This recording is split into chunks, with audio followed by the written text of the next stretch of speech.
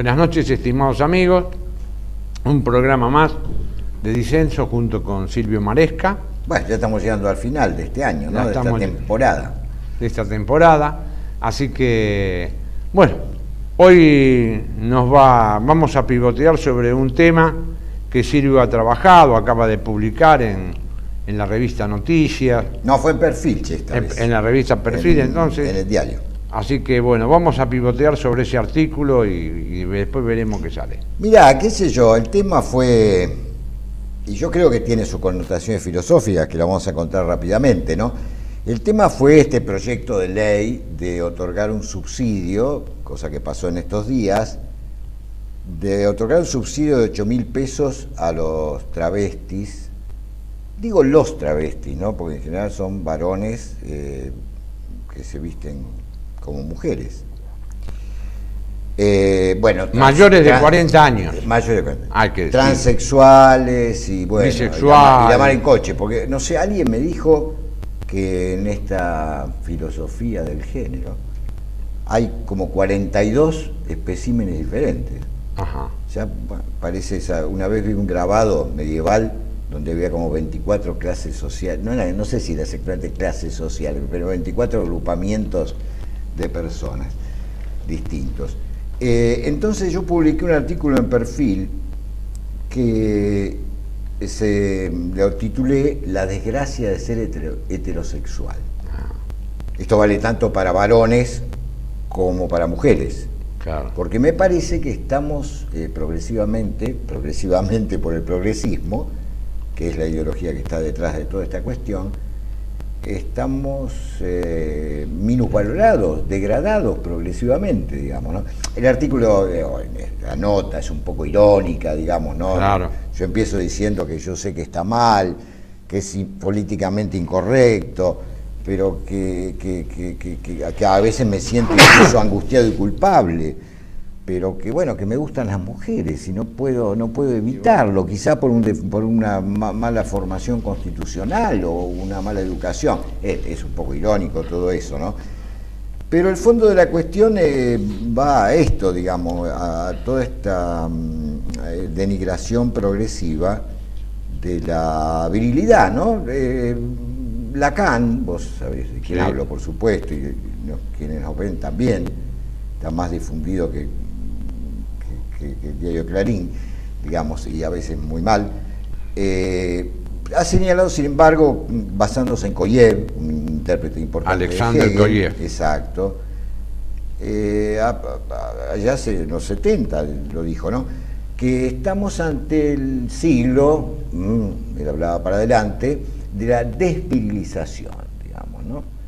Es decir, no de la feminización. Claro. Son cosas distintas, digamos, ¿no? La desvirilización, bueno, el psicoanálisis esto se vincula con la caída de la declinación de la autoridad paterna, digamos, pero me parece que hay que ir más a fondo, no alcanza con eso, ¿no?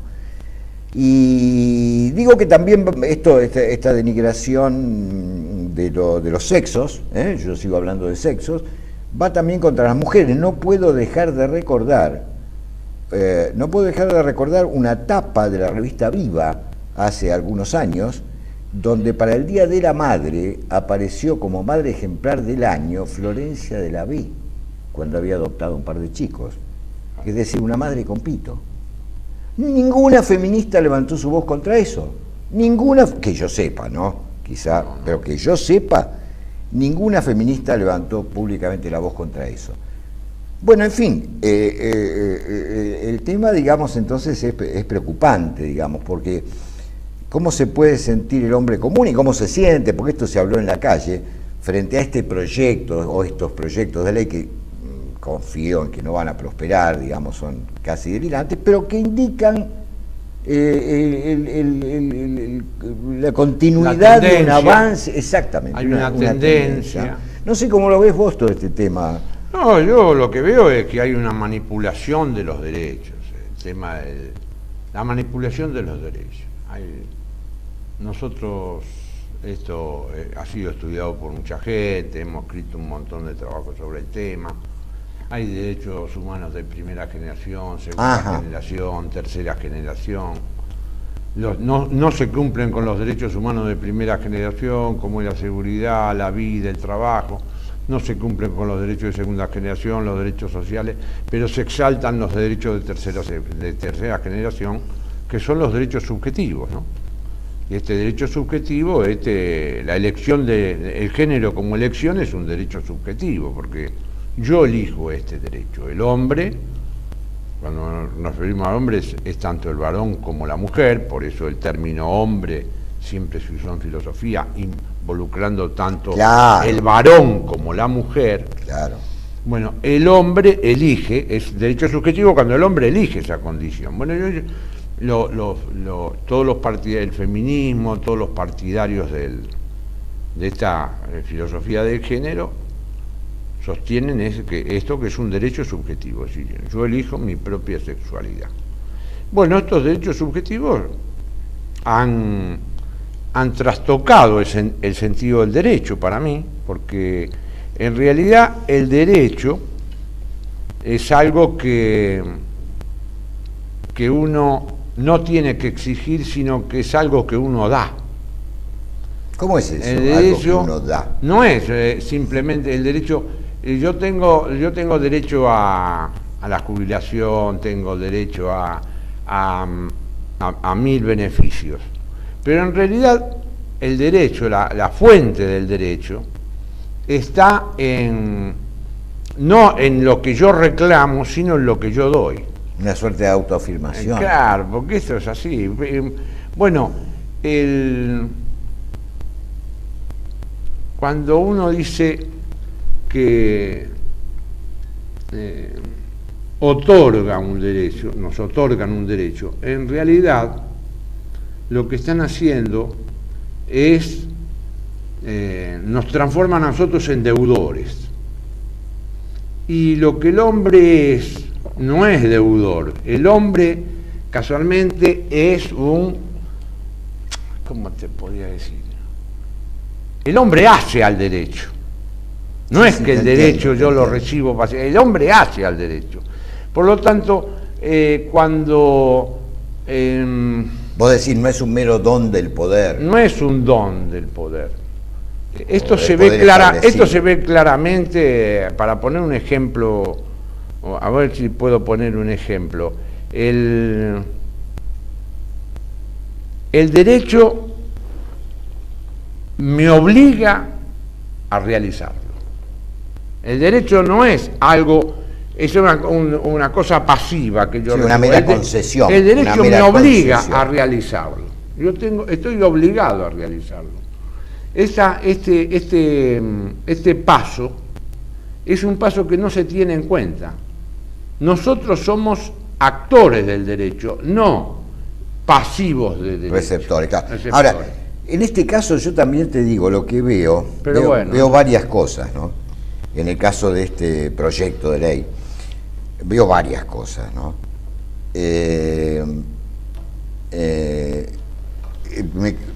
Una es esta del derecho, porque pareciera que estos derechos de tercera generación tienden a igualar, digamos, a todos los seres vivientes, humanos, digamos, en una misma categoría. Hay una especie de noción abstracta del derecho, es decir, una igualdad abstracta que en la realidad concreta nunca existe. Por eso a mí me gustaba mucho eso de la Constitución de 1949, cuando se hablaba de los derechos del trabajador, los derechos de la niñez, los derechos de la ancianidad, los derechos de la mujer, digamos, los derechos de la cultura incluso, ¿no? O sea, donde se apuntaba al hombre concreto, no una igualdad abstracta que nos indiscrimina. Ahora, claro, tiene que ver con la época de indiscriminación, porque ¿qué es un travesti después de todo? Un travesti es un ser indiscriminado, porque, digamos, es un varón, pero también es una mujer, o es un varón con tetas, o es una mujer con pito, ¿no? Por eso los derechos, los derechos siempre tienen, cuando son verdaderos derechos, son derechos que expresan particularidades. El derecho no nace de una fuente universal. El derecho nace de fuentes particulares. Bueno, como fue históricamente, ¿no? Sí, ahora, yo también sabéis que veo en esta cuestión, en esto de la filosofía de género, veo una suerte de consumación, digamos así, de llevar al extremo lo que sería el dualismo cartesiano, después de todo. Porque, digamos, hay una suerte de abstracción total de la naturaleza y del cuerpo, en este caso, ¿no? Es decir, yo soy lo que mi mente decide que soy. No importa la corporeidad, no importa que yo tenga el destino anatómico, digamos, ¿no? Sino que, y la tecnología ha hecho posible que esta fantasía de ser una mente pura, que decide sobre la realidad concreta, la tecnología ha hecho que esto tenga visos de realidad. Claro. Porque digo, por ejemplo, si vos lees a Freud, en Freud el sexo y la procreación, si bien el sexo no sigue puntualmente el camino biológico vinculado con la procreación, sin embargo la resolución normal del complejo de Edipo, del complejo de castración, va llevando tanto a varones como mujeres a cumplir con su destino biológico, es decir, la procreación. Digamos, no son la misma cosa, procreación y sexualidad, pero en definitiva, en la mayoría de los casos coinciden. Ahora, la tecnología hace hoy, por ejemplo, estamos al borde de eso, si no estamos ya en eso, que el sexo y la procreación se dividan por completo, que no tengan ninguna relación una cosa con la otra. Esto va, entonces, un aspecto es importante. Perdóname, la división, para completar la idea, esto permite que aquello que llamamos a partir de Descartes el mundo como pura representación mental se hipertrofie, se haga cada vez más grande. Bien, y lo que hemos hablado en nuestro programa es la negación de la naturaleza. Claro, porque en el fondo, ¿qué es esto? Es decir, mismo el tema ya en Descartes, ¿no? La distinción entre res cogitan y res extensa. Ahí empieza acá comienza todo esto. Es un gravísimo error. Un error metafísico que lo estamos pagando. Esta es consecuencia. Ahora, ¿qué quiere decir? En el fondo, estos sostenedores de esta doctrina del género, de los derechos subjetivos, en el fondo lo que están haciendo es abolir la realidad. La realidad queda abolida. La realidad concreta de este cuerpo queda absolutamente abolida. Ahora, esto pasa en la aplicación de todos los ámbitos.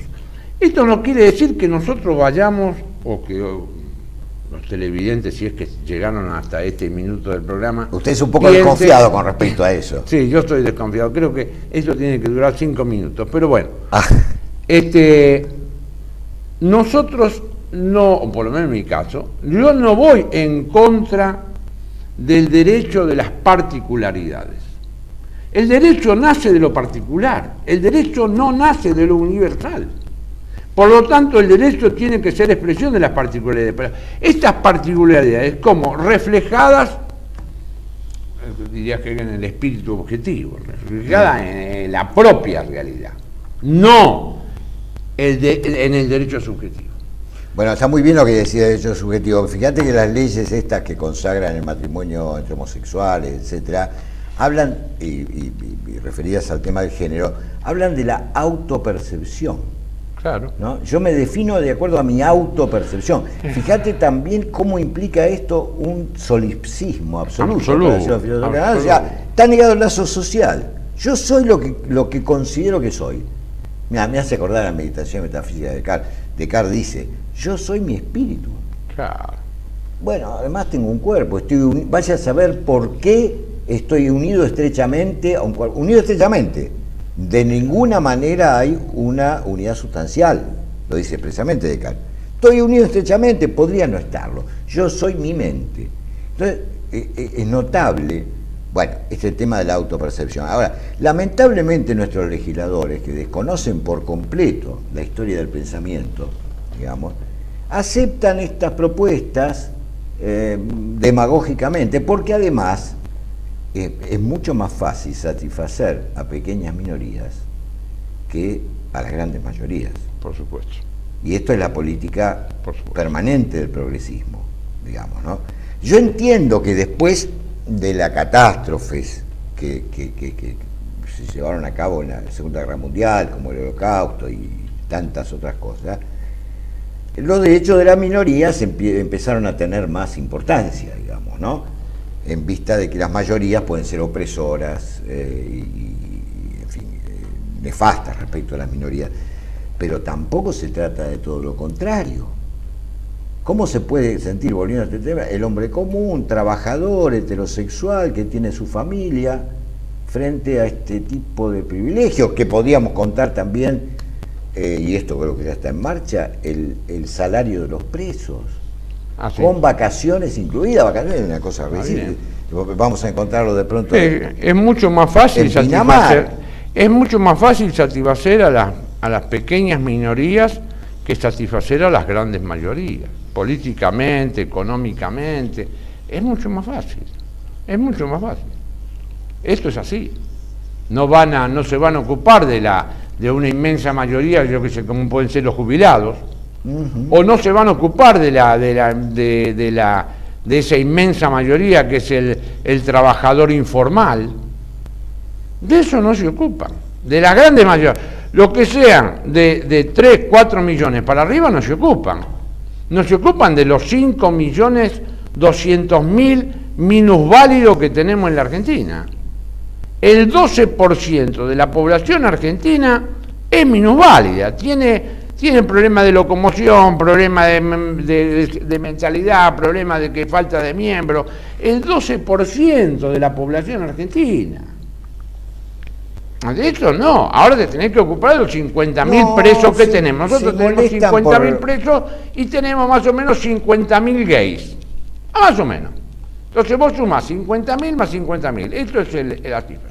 Pero de las grandes mayorías, sobre todo las mayorías sectorizadas, jubilados, trabajadores en negro, trabajadores en blanco que no perciben los salarios que tienen que percibir, estos grandes grupos que hacen a la sociedad, de estos grandes grupos no se gobierna. Este progresismo que por otra parte, digamos, está vigente en gran parte de Occidente, ¿no? Digo, ¿qué es a tu criterio? Pues yo pensaba lo siguiente, hasta hace un tiempo, bueno, el progresismo mezcla en forma contradictoria y sin preocuparse por eso, mezcla los restos del naufragio del marxismo con el ultraliberalismo. Y esto me parecía que era una contradicción interna del progresismo. Pero ayer estaba pensando que quizá no se trate tanto de eso, sino sencillamente de un ultraliberalismo, porque si uno lee la ideología alemana de Marx, la imagen utópica de la sociedad que Marx y Engels tienen en esa obra, de los productores libremente asociados, eso es un ultraliberalismo. La sociedad comunista de los productores asociados. Por eso es una suerte de ultraliberalismo. No está muy lejos. Sí, no sé si será, pero que el progresismo hunde sus raíces en el liberalismo, y después tiene todo el discurso. Pero el marxismo también. Y lógico, después tiene todo el discurso de carácter socialista o socialdemócrata, como vos quieras llamarlo, y ese es el carril. Ahora, ¿cuál es el tema? Yo creo que el progresismo, como ellos se alzan como señores de la historia, no hay pasado, todo lo que sucedió antes está al servicio de ellos. Entonces, eso es muy interesante, porque la forma de historiación. Claro. Pero lo dejamos para después del pequeño corte. Bienvenidos a CEPA, Centro de Estudios del Pensamiento Americano. Nuevo sitio web de cursos de formación en política, filosofía, historia, literatura, geopolítica, religión, psicología y más. Cursos de formación que reflejan el verdadero pensamiento americano. Lo invitamos a elegir el curso de su agrado ingresando en www.cepa.la.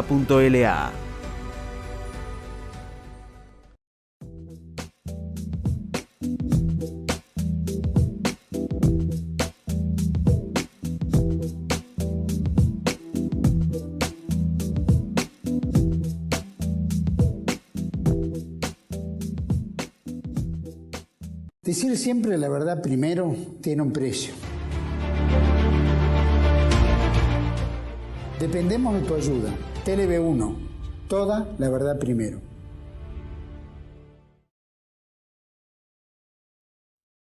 No, me parecía muy interesante lo que estaba señalando antes de este pequeño corte sobre la historiación, cómo progresivamente concibe la historia. En el caso concreto en el caso concreto de la cuestión de la denigración de la heterosexualidad, yo lo escribí irónicamente también en mi nota, parecía que el heterosexual, varón, se tiene que convencer de que ha sido una bestia opresora de la mujer durante toda la historia, que ha sido ha rechazado a los homosexuales y a los travestis, que existían por supuesto en menor medida en la antigüedad, durante toda la historia. Y la verdad es que cuando uno conoce la historia concreta, esto no es así. No es así, ¿no? Para dar un ejemplo, los homosexuales muchas veces han sido aceptados como grandes artistas, o incluso en las cortes como para divertimiento de los reyes, pero de ninguna manera denigrándoselos y yendo a la cosa del barrio, digamos. Nosotros teníamos compañeros que eran maricones, y bueno, los podíamos cargar un poco, pero nadie los discriminaba, formaban parte. Y además el poder que han tenido las mujeres en la historia ha sido notable en muchísimos casos, y además no hay por qué pensar que la mujer, por su misma estructura fisiopsicológica, ejerza el poder de la misma manera que el varón. ¿Hay una sola manera de ejercer el poder o hay múltiples maneras de ejercer el poder? Entonces todo esto nos conduce a una historiación que es absolutamente falsa, hay que decirlo así, es un cuento para chicos. Sin embargo, mucha gente ya lo cree. Bueno, esa es mi preocupación. Porque de hecho ellos han condenado, han reinstaurado, el progresismo ha reinstaurado una vieja institución que se llamaba, la institución romana, que era la damnatio memoriae, que era la... Me mataste con el latinajo. Damnatio memoriae es la negación de la memoria de alguien. Entonces viene la negación de la memoria, ¿no?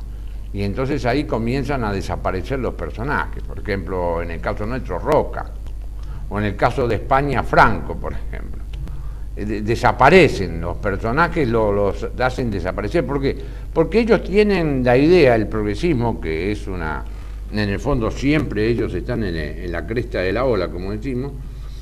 Ellos inauguran la historia, ellos piensan que ellos inauguran la historia. Ellos son la perfección de la historia universal. Toda la historia argentina termina en Kirchner, como la historia de la filosofía decía que terminaba en él, lo mismo. Y si termina, ¿viste? Cuando un tipo dice, bueno, la historia termina acá es donde la historia tiene sentido. Entonces todo se lee a partir de ellos, para atrás. Por lo cual hacen que comienzan a... Eso se llama anacronismo, ¿no? Claro, ellos comienzan a reescribir la historia a su manera. Entonces vos tenés ahora, por ejemplo, yo que sé, en una sociedad democrática, ahora tenés desde 2002 al 2014, en Argentina hubo 30.000 asesinatos. La vez pasada salió en el diario. ¿Ah, sí? 30.000 asesinatos hubo. Asesinato hacia Mansalva, agarraron a los milicos, que bueno, tendrán su pecado, lo que vos quieras. Hay 1.600 milicos en cana, sin juicio, sin nada. 200 y pico se murieron ya, pero sin juicio, sin nada. Están en cana esperando las calendas griegas que lo vayan a juzgar. Yo no digo que no tenga que ser juzgado, pero tienen que ser juzgados cuando tienen que tener derecho el juicio justo, ¿no es cierto? Bueno, no tienen el juicio justo. Ahora, son cosas graves. Si a vos te matan, ¿no viste que la mataron la vez pasada? A la madre, al hijo, a los cosas, el narcotráfico. Bueno, ¿por qué? Porque todo eso está dentro de la mentalidad progresista, que es, ellos se prefieren a sí mismos por sobre todo. Ellos son la centralidad de la historia. Y toda la historia se escribe para atrás o para adelante a partir de los intereses y las convicciones de ellos. Digo, pero una cosa, a ver cómo la ves vos, porque a mí me intriga esto, ¿no? Ellos piensan que con la promoción de estas nuevas formas de sexualidad, nuevas formas de familia, lo veo en Facebook, me ponen bueno, fotos de las distintas formas de familia, que también puede ser de un tipo con un perro, qué sé yo. No, lo vi en serio en un gráfico.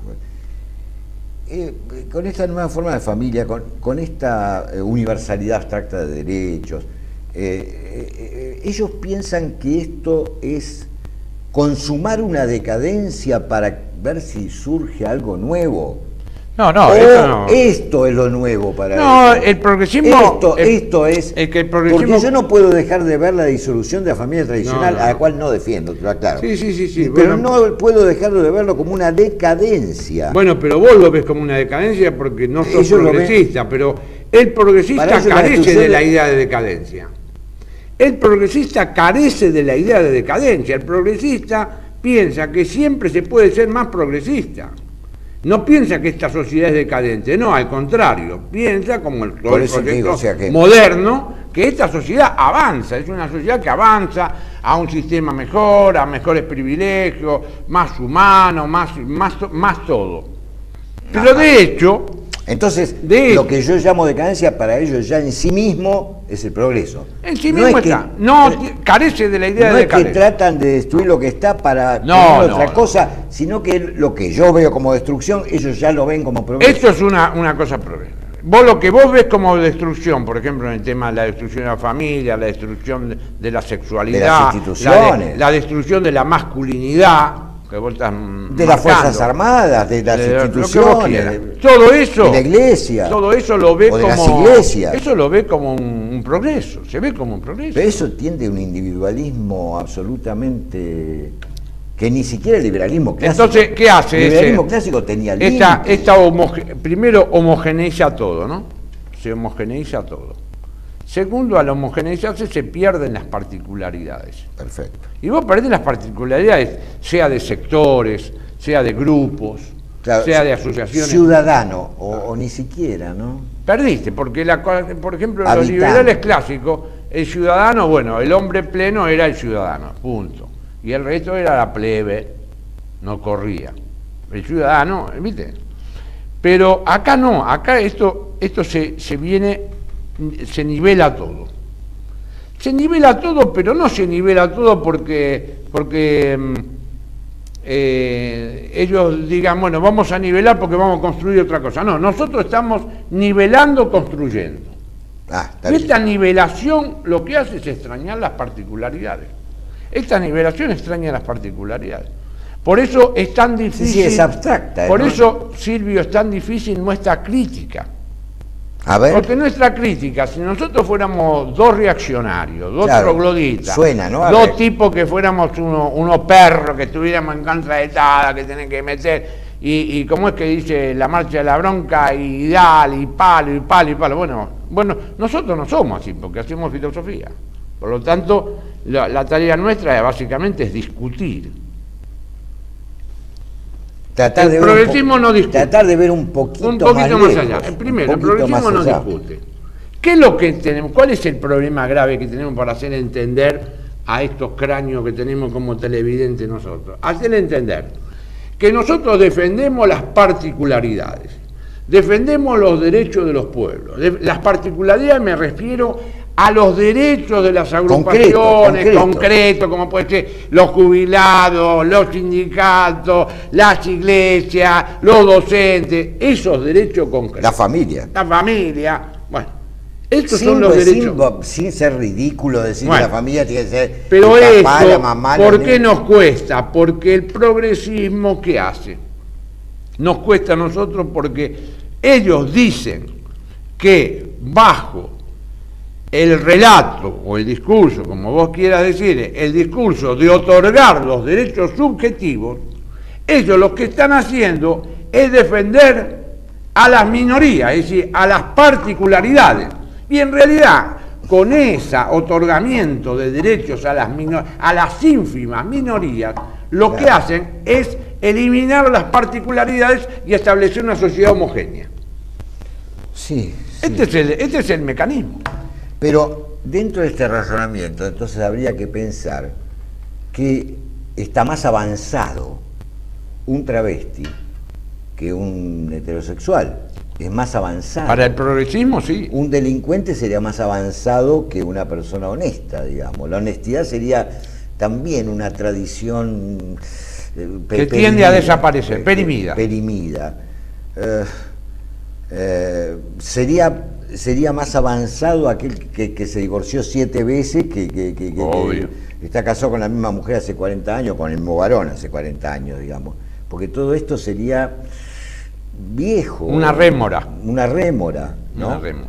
Lo cual nos lleva a una situación muy paradójica, es decir, porque uno se ve ubicado, vos lo decías muy bien, uno se ve situado casi obligado a ponerse en una posición que suena reaccionaria. Pero yo sé muy bien que ni vos ni yo ni defendemos la heterosexualidad del macho, ni el machismo, ni...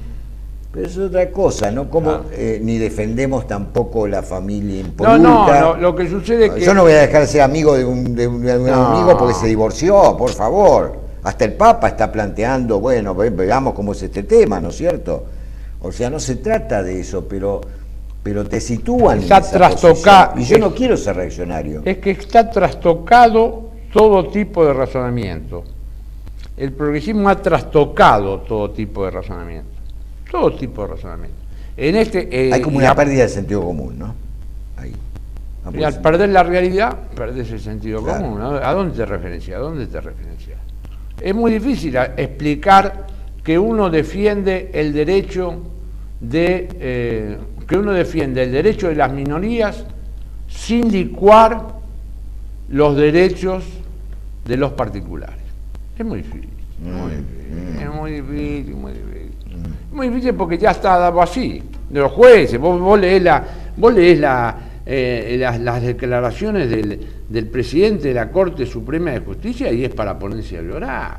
Es de una insustancialidad supina. Ahora, entonces, Alberto, ¿qué pasa con la filosofía y con los filósofos en nuestro país? Los filósofos no hablan en Argentina, los filósofos no hablan, Silvio. Nosotros vienen, sí, los muchachos jóvenes se mueven, pero no hablan, no escriben.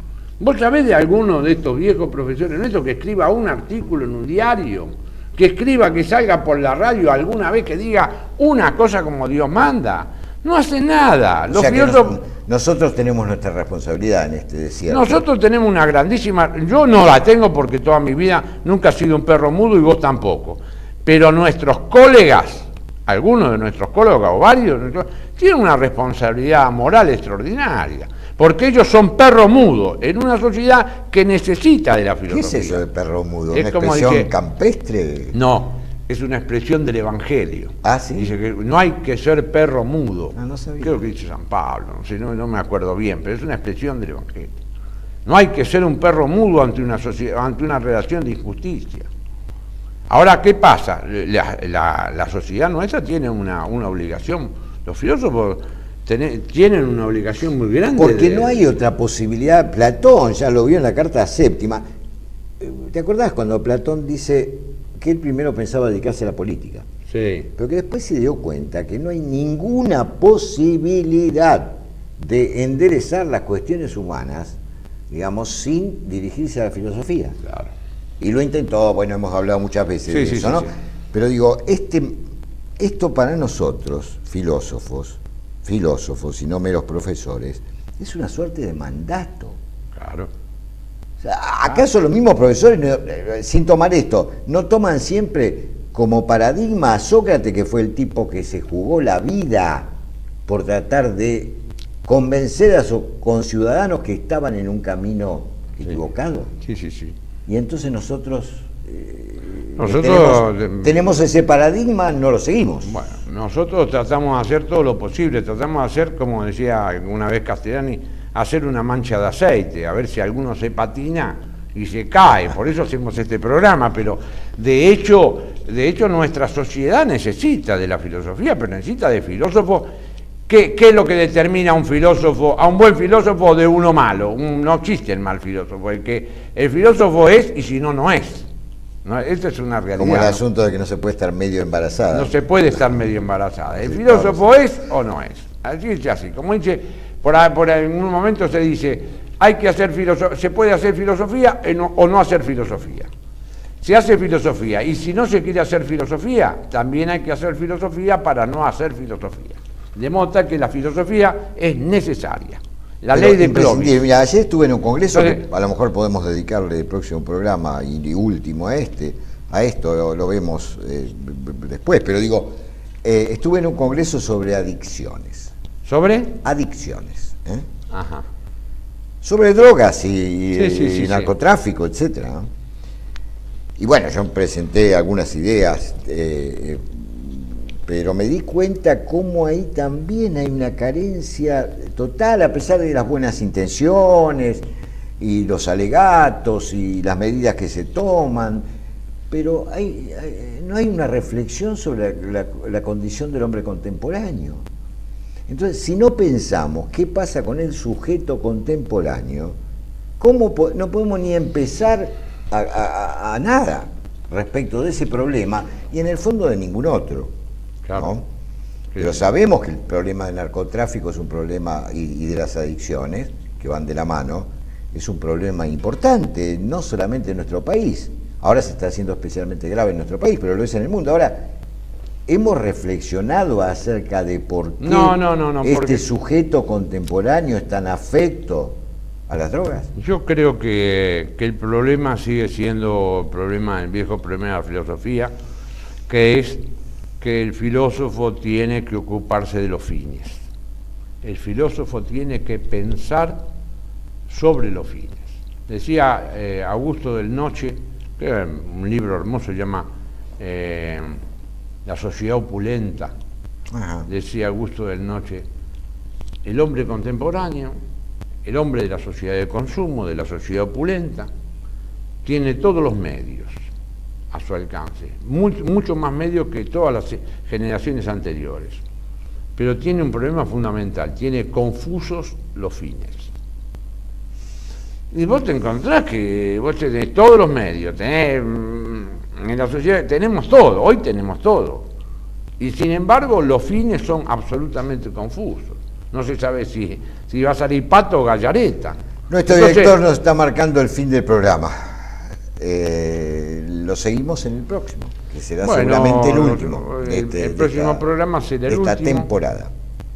Bueno, y le mandamos saludos a todos y en el último agradeceremos más. Hasta luego.